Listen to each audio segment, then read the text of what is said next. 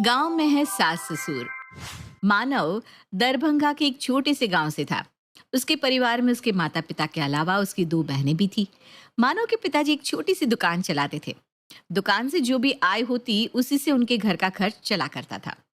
बड़ी कठिनाइयों से मानव ने अपनी ग्रेजुएशन तक की पढ़ाई पूरी की और उसके बाद वो प्रशासनिक सेवा की तैयारी करने लगा। 3 सालों तक दिन और रात की अथक मेहनत के बाद आखिर में मानव का चयन इनकम टैक्स ऑफिसर के लिए हो जाता है। मानव का एक बड़ी शासनिक सेवा में चयन हो जाने के बाद पूरे परिवार में बहुत ही खुशी का माहौल था। कुछ ही दिनों में मानव को दरभंगा से दूर दूसरे स्टेट में ट्रेनिंग के लिए जाना पड़ा। शुरुआत में कुछ समय तो वो माँ बाप से मिलने के लिए जल्दी जल्दी गांव जाता रहा, लेकिन ट्रेनिंग खत्म होने के बाद जैसे ही उसे पोस्टिंग मिली उसके बाद छुट्टी मिल पाना उसके लिए बहुत कठिन हो गया, जिसके कारण अब वो अपने गांव दरभंगा बहुत कम जा पाता था। मानव बेटा, काफी समय हो गया तुझे गांव आए हुए। कब आएगा बेटा? माँ, पोस्टिंग मिल गई है। अब लंबी छुट्टी ले पाना बहुत मुश्किल हो गया है। आप एक काम करिए ना, आप और बाबूजी भी आकर यहीं मेरे साथ रहिए। इतना बड़ा बंगला मिला है मुझे सरकार से, आखिर किस काम आएगा। नहीं बेटा, हम अपना घर छोड़कर कहीं नहीं जा पाएंगे। कोशिश करो, 2-4 दिन की छुट्टी तो सभी को मिल जाती है। ऐसा तो नहीं होता बेटा कि नौकरी लग गई तो किसी को छुट्टी ही ना मिले। अरे माँ, आप कैसी बात करते हो? अगर आना संभव होता तो क्या मैं नहीं आता? मैं कोशिश कर रहा हूँ, छुट्टी मिल जाएगी तो मैं जरूर आ जाऊंगा। इसी तरह कुछ और दिन बीत जाते हैं। मानव के मम्मी पापा उस पर लगातार गांव जाकर उनके साथ रहने के लिए दबाव बनाते रहते हैं। बेटा, हमने तुझे पढ़ाया लिखाया, इस काबिल बनाया कि तू आज इतना बड़ा अफसर बन गया, और तू अफसर बनने के बाद माँ बाप से मिलने के लिए समय भी नहीं निकाल पा रहा है। पापा, आप मुझे गलत समझ रहे हैं। मैं एक बहुत ही बड़े जिम्मेदारी वाले पद पर हूँ। मेरे लिए 3 दिन की छुट्टी लेने का मतलब बहुत बड़ी बात है। और सरकार मुझे काम करने के लिए पैसे देती है, घर में बैठकर छुट्टियां मनाने के लिए नहीं। पद जितना बड़ा होता है, जिम्मेदारी भी उतनी ही बड़ी होती है पापा। ये बात आप क्यों नहीं समझते? आपको तो खुश होना चाहिए कि आपका बेटा इतने बड़े पद पर पहुंच गया है और देश की भलाई के लिए इतना काम कर रहा है। मानव की बात सुनकर मानव के पिताजी फोन काट देते हैं। मानव को महसूस हो रहा था कि माँ पिताजी अब उससे कुछ उखड़े से रहते हैं। शादी की उम्र होने पर भी घर में कोई भी उसकी शादी के बारे में बात ही नहीं कर रहा था। एक दिन मानव अपनी माँ को फोन करता है। अ, माँ, ट्रेनिंग के दौरान मेरी मुलाकात एक लड़की से हुई थी। उसका नाम रेणुका है। रेणुका मेरी ही तरह सरकारी विभाग में अफसर है और यहीं पर पोस्टेड है। हम दोनों एक दूसरे को बहुत पसंद करते हैं और शादी करना चाहते हैं। क्या कहा? अपनी पसंद से शादी करना चाहता है? ऐसी होती है आज के जमाने की नाशुक्री औलादें। जीवन भर मेहनत करके अपना पेट काट काट कर पढ़ाया लिखाया हमने, और शादी इनको अपनी पसंद से करनी है। मैं बता दे रही हूँ, शादी होगी तो मेरी पसंद की लड़की से होगी। मैंने तेरे रिश्ते की बात चलाई है। लड़की वाले पूरे 30 लाख रुपया नगद देने को तैयार है, और लड़की भी यहीं पास गांव की है। शादी के बाद तू आराम से अपनी नौकरी पर रहना, और बहू हमारे पास रहकर हमारी सेवा करेगी। ये कैसी बातें कर रही हो माँ? अगर शादी के बाद मेरी पत्नी गांव में रहेगी तो फिर शादी का क्या मतलब हुआ?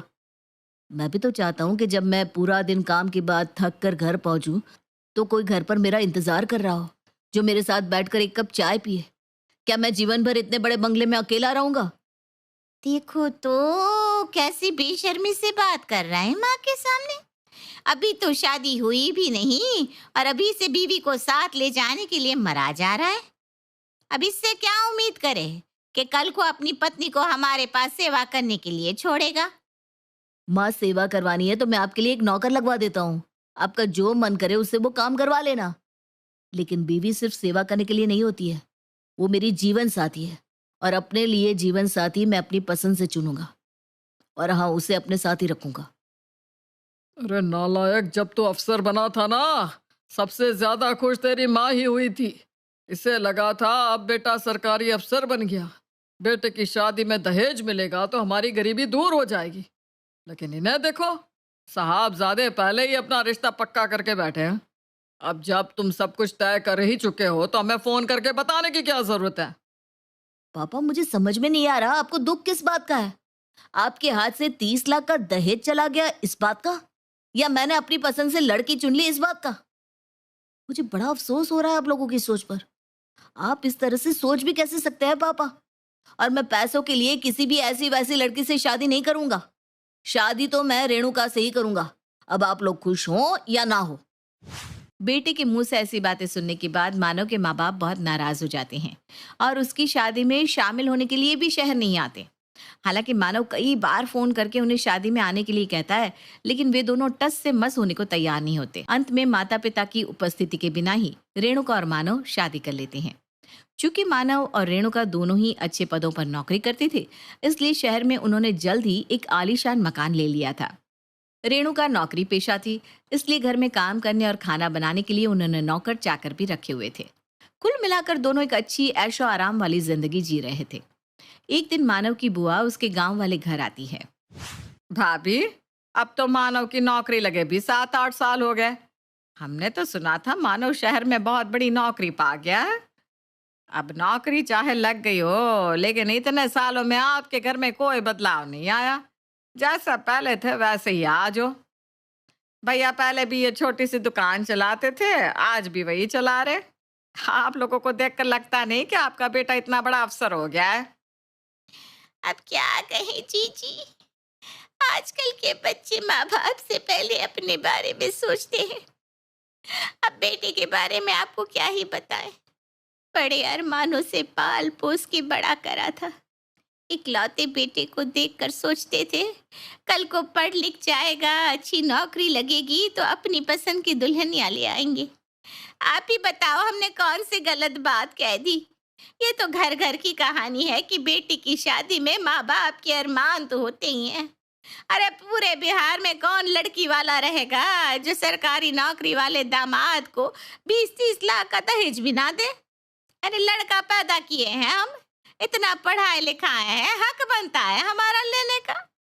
लेकिन हमारे बेटे ने तो हमारे सारे अरमानों पर पानी फेर दिया। पता नहीं कहाँ से वो रेणुका उसे टकरा गई। अरे जिज्जी, सीधा साधा लड़का फंसा लिया हमारा। जाने कौन टोना टोटका कर दिया चुड़ैल ने कि हमारा नाम ही नहीं लेता। देखो शांति भाभी, अब जो हो गया सो हो गया। अब आपके मना करने से कुछ बदल तो नहीं जाएगा। लड़का तो शादी कर लिया जिससे उसे करनी थी। अब आपकी भलाई और समझदारी तो इसी में है कि आप बेटे की खुशी में खुश हो रहो, वरना बेटा भी हाथ से चला जाएगा आपके। अरे उस नाटी रेणुका को बहू माने मेरी जूती। मैं मरते मर जाऊंगी लेकिन उस रेणुका को दिल से बहू नहीं मानूंगी। अच्छा एक बात बताओ, मानो फोन वोन करता है क्या आप लोगों को, कि फोन करना भी छोड़ दिया है? नहीं दीदी, फोन तो करता है, महीने 2 महीने में एक बार आ ही जाता है फोन। अरे सुखे सुखे सिर्फ हाल चाल ही लेता है या शहर से कुछ रुपया पैसा भी भेजता है? बूढ़े माँ बाप ने पेट काट काट कर पढ़ाया, और देखो तो माँ बाप बेचारे यहाँ गांव में अकेले पड़े हैं। अरे जीजी, शादी हो गई तो समझो लड़का पराया हो गया। अरे हमारे बेटे को ले गई वो लड़की, अब हमरा कुछ ना रहा। जी भाभी, सच्ची आपकी हालत देख कर ना बड़ा दुख लगता है। जैसे आपके साथ हुआ ना, भगवान ऐसा दिन किसी को ना दिखाए। अरे गांव में जो बच्चे रहकर काम धंधा करते हैं, चाहे थोड़ा कमा लेते हैं, कम से कम अपने माँ बाप की सेवा तो करते हैं, उन्हीं के पास तो रहते हैं। अब ऐसी शिक्षा का भी क्या फायदा कि आप पढ़ने के लिए बाहर भेज दिए और लड़का वहीं का होकर रह गया। अब आप लोग यहाँ बेटे को याद करके अपना जी जला रहे हैं। बुआ जी की तरह ही जो भी आस पड़ोस और रिश्तेदारी में शांति को अपने हाथों से घिस घिस कर पोछा लगाते, बर्तन धोते और घर के काम करते हुए देखता, उसके मुंह से यही निकलता कि देखो तो कितना स्वार्थी बेटा है, बुढ़ापे में माँ बाप को अकेला छोड़ दिया। धीरे धीरे पूरे रिश्तेदारी में ये बात फैल गई थी कि मानव ने अपने माँ बाप की सुध लेना छोड़ दिया है और वो शहर में अकेले मजे कर रहा है। धीरे धीरे समय बीतता है और मानव की पत्नी रेणुका एक प्यारी सी बेटी को जन्म देती है। बेटी के जन्म पर मानव और रेणुका बहुत खुश थे। उन्हें ऐसा लग रहा था जैसे सारे जहां की खुशियां उनकी झोली में आ गिरी है। सुनिए ना, हमारी शादी ऐसे ही सादगी से हो गई थी और आपके यहाँ का कोई रिश्तेदार भी आज तक हमसे मिला नहीं। क्यों ना हम बेटी के जन्म के लिए एक पार्टी दे और उसमें अपने सभी दोस्तों और रिश्तेदारों को बुलाएं। इसी बहाने सबसे मिलना जुलना भी हो जाएगा। आप ऐसा करिए ना, अपने खास खास रिश्तेदारों को टिकट भेज दीजिए, उन्हें आने में सुविधा हो जाएगी। सुझाव तो तुम्हारा बहुत अच्छा है रेणुका, तुम ठीक कहती हो। मैं भी लंबे समय से किसी से नहीं मिला हूँ। ऐसा करता हूँ, कार्ड छपा लेता हूँ और गांव में सभी रिश्तेदारों के यहाँ टिकट के साथ पोस्ट कर देता हूँ। लेकिन माँ बाबूजी आएंगे क्या? देखो रेणुका, मैं अपनी तरफ से एक बार और कोशिश करूंगा, बाकी जबरदस्ती तो मैं कर नहीं सकता। उनकी नाराजगी दूर करने का मेरे पास कोई तरीका नहीं है। ठीक है, मैं बस यही चाहता हूँ कि वो खुश रहे। अगर गांव में रहकर ही वो खुश है तो यही सही। जल्दी ही मानव बेटी की पार्टी के लिए कार्ड छपवा लेता है और अपने सभी दोस्तों और रिश्तेदारों में बांट देता है। कार्ड आया देख सभी रिश्तेदार बहुत खुश होते हैं और तय समय और दिन पर मनोज के यहाँ आने की तैयारी करने लगते हैं। एक दिन मानव की मामी उसकी माँ से मिलने जाती है। अरे जीजी, मनोज के यहाँ से कार्ड आया है, शहर में पार्टी दे रहा है, सबको टिकट देकर बुलाया है। भाई अब तो जाना ही पड़ेगा। आप लोग कब जा रहे हैं? हाँ हाँ, जाएंगे ना। वो जरा इनकी दुकान का कुछ सामान आना था, इसलिए हम लोग भी पार्टी वाले दिन ही पहुंचेंगे। जी बुरा मत मानना, लेकिन आपको इस छोटे से घर में इतना कठिन जीवन जीते हुए देख कर ना हमें बड़ी तकलीफ होती है। पता ही आजकल के ज़माने में ऐसा कौन है जो हाथ से कपड़े धो रहा है? आप इस उम्र में पूरे घर में खुद झाड़ू पोछा लगाती है, बर्तन धोती हैं, खाना बनाती हैं। आपकी सुध लेने वाला तो कोई भी नहीं है। कई बार तो मन में आता है कि आपकी ऐसी हालत इसीलिए है क्योंकि मानव आप लोगों को छोड़कर शहर चला गया।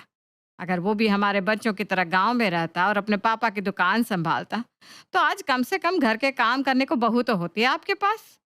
बस भाभी, अपनी अपनी किस्मत है, सब अपनी किस्मत का भोग रहे हैं। हमारी किस्मत में यही सब लिखा है तो हम इसी तरह अपनी जिंदगी काट लेंगे। हम तो बस यही चाहते हैं कि बेटा बहू जहाँ रहे खुश रहे, अपने घर परिवार में आबाद रहे। अब माँ बाप इससे ज्यादा और क्या चाह सकते हैं अपनी औलाद के लिए। अरे जी बहुत बड़ा दिल है आपका। इतना सब कुछ किया आपके बेटा बहू ने आपके साथ, फिर भी आप उनके लिए आशीर्वाद ही निकाल रही हैं अपने मुंह से। चलिए भगवान आपके बेटे को सद्बुद्धि दे। हम चलते हैं, अब मानो कि यहाँ ही मुलाकात होगी। मामी के जाने के बाद उस नकचड़ी रेणुका के यहाँ जाने का मेरा बिल्कुल भी मन नहीं था, लेकिन क्या करें, दुनियादारी भी तो निभानी पड़ती है। अगर पोती के जन्म पर नहीं पहुंचेंगे तो भी दुनिया हमें ही ताने मारेंगी। इसलिए हम लोग पार्टी के दिन ही चलते हैं, एक दिन के बाद हम लौट आएंगे। पार्टी वाले दिन गांव के सभी रिश्तेदार मानव के यहाँ पहुंच चुके थे। मानव के घर पहुंचे सभी लोग देखते हैं कि मानव का रहन सहन तो बहुत अच्छा है। उसके पास गाड़ी है, नौकर चाकर है और सुंदर आलीशान मकान भी है। बेटा मानव, तुम्हारे यहाँ पार्टी में आकर सचमुच बहुत अच्छा लगा। तुमने तो बहुत अच्छा अरेंजमेंट किया है। तुम्हारा मकान, गाड़ी सब कुछ देखकर ना बड़ी खुशी हुई। लेकिन बेटा एक बात है हमारे मन में, अगर तुम बुरा न मानो तो कहें। अरे कहिए ना मौसी जी, क्या बात है? आप तो मेरी माँ की तरह हैं। बेटा माँ बाप के साथ मन मुटाव अपनी जगह होता है, लेकिन उन्हें उनके हाल पर छोड़ देना तो गलत है ना। अब कहना क्या चाह रही है मौसी जी? मैं कुछ समझा नहीं। बेटा तुम्हारा घर, मकान और नौकर चाकर देखकर तो यही लगता है कि ईश्वर की कृपा से तुम्हारे पास रुपए पैसों की कोई कमी नहीं है। बहू की भी अच्छी नौकरी है, पर तुम अपने माँ बाप की मदद क्यों नहीं करते? मौसी जी, आपसे किसने कहा कि मैं मम्मी पापा की मदद नहीं करता? मैं तो हर महीने उन्हें पैसे भेजता हूँ ताकि वे लोग भी गांव में सुकून से रह सके। बेटा इतना बड़ा मकान है तुम्हारा, क्या अपने माँ बाप के लिए एक कमरा नहीं रख सकते? एक कमरा क्यों मौसी जी, ये पूरा घर उनका ही तो है। मैं तो माँ पापा से विनती कर करके थक गया हूँ कि आप लोग भी हमारे साथ यहाँ शहर में ही रहिए, लेकिन पता नहीं माँ पापा को वहाँ गांव में क्या मजा आता है। वो लोग तो मेरे घर में पैर रखने तक को तैयार नहीं है।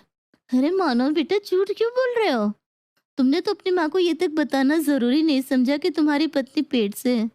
बेचारी भाभी का कितना मन था बहू की सेवा करने का। हम क्या जानते नहीं सच क्या है? अच्छा, और ये सच जो आपने मुझे अभी कहा, ये किसने बताया आपको? अरे खुद भाभी ने, और कौन बताएगा? वाह मम्मी वाह। चलो अब अगर बात छिड़ी गई है तो असलियत मैं आप सबको बताता हूँ। जैसे ही मुझे पता चला कि रेणुका प्रेग्नेंट है, मैंने सबसे पहले माँ को ही फोन किया था। माँ, रेणुका पेट से है। डॉक्टर ने उसे खास देखभाल करने की सलाह दी है। अगर आप ऐसी हालत में रेणुका के पास आकर रहेंगी तो मुझे अच्छा लगेगा, और इसी बहाने आप दोनों के बीच में जो थोड़ा बहुत मनमुटाव है वो भी दूर हो जाएगा। आप एक बार आकर तो देखो माँ, रेणुका बहुत अच्छी लड़की है। आपको उससे जो भी शिकायत है सब दूर हो जाएंगी। मुझे पता है आप मुझसे तो नाराज हो सकती हैं, लेकिन अपने आने वाले पोते या पोती को देखने के लिए आपके मन में भी इच्छा तो होगी ना। उनसे रूठ कर कितनी देर रह पाएंगी माँ? देखो बेटा, जैसे हमारे बिना अकेले में शादी कर लिए थे ना, वैसे ही बच्चा भी तुम संभाल ही लोगे। हम तो शहर नहीं आ पाएंगे, यहाँ पर बहुत से काम है। हम वहाँ जाएंगे तो यहाँ के काम कौन देखेगा? अच्छा ठीक है माँ, आप मत आओ, लेकिन माँ से आशीर्वाद तो दे ही सकती हो ना। माँ का आशीर्वाद मिले ऐसा कौन सा काम किया है तूने आज तक? है? अगर आशीर्वाद चाहिए था तो माँ के मन का काम भी करना चाहिए था। माँ की जरूरत ही क्या है तुझे? बीवी तो है ही तेरे पास। अब आप ही बताइए बुआ जी, इसमें मेरी क्या गलती है? मैंने तो हमेशा अपनी तरफ से पहल करने की कोशिश की है, लेकिन मेरे माँ बाप किसी भी तरह से खुश ही नहीं होते। अच्छा ठीक है, जीजी तुम्हारे साथ आकर नहीं रहना चाहती तो ना सही, कम से कम उनके लिए एक वॉशिंग मशीन और गैस सिलेंडर तो दिलवा ही सकते हो। अब गांव में तुम्हारे माँ बाप कैसी हालत में जी रहे हैं, ये तो तुमसे छिपाना ही होगा, है ना? और अपने दिल पर हाथ रखकर बताओ, आखिरी बार कब आए थे तुम गांव?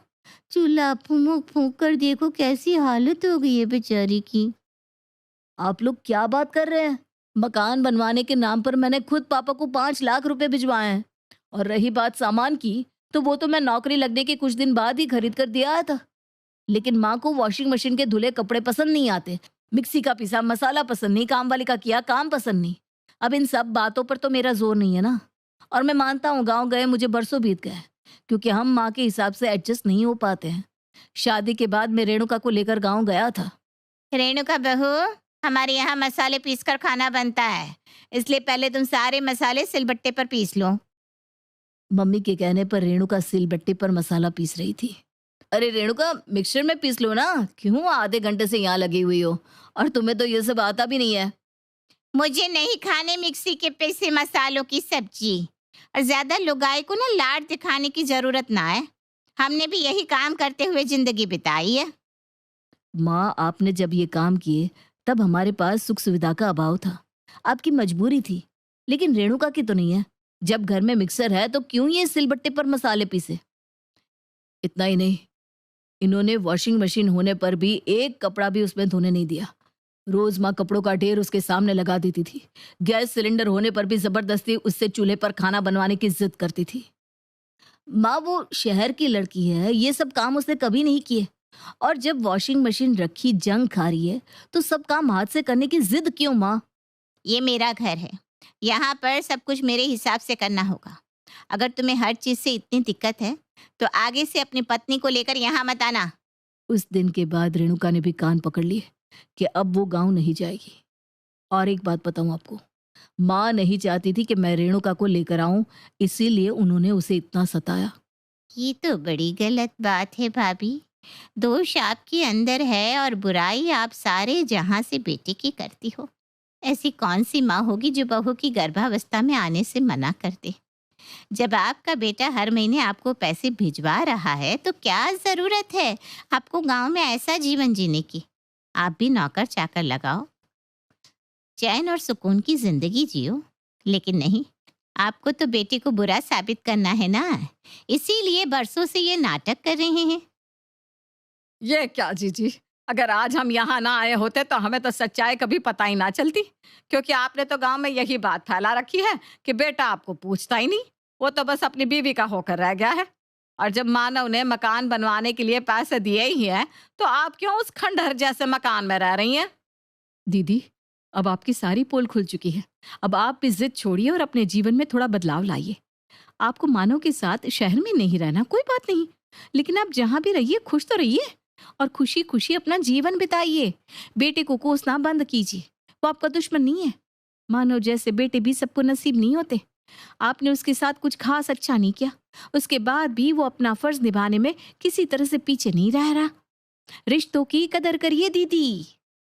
सभी रिश्तेदारों के सामने अपनी पोल खुलती देख शांति को गुस्सा आ जाता है और वो अपने स्वभाव के अनुरूप गुस्से में पैर पटकती वहां से उठकर चली जाती है और शाम की ट्रेन से गांव वापस लौट जाती है।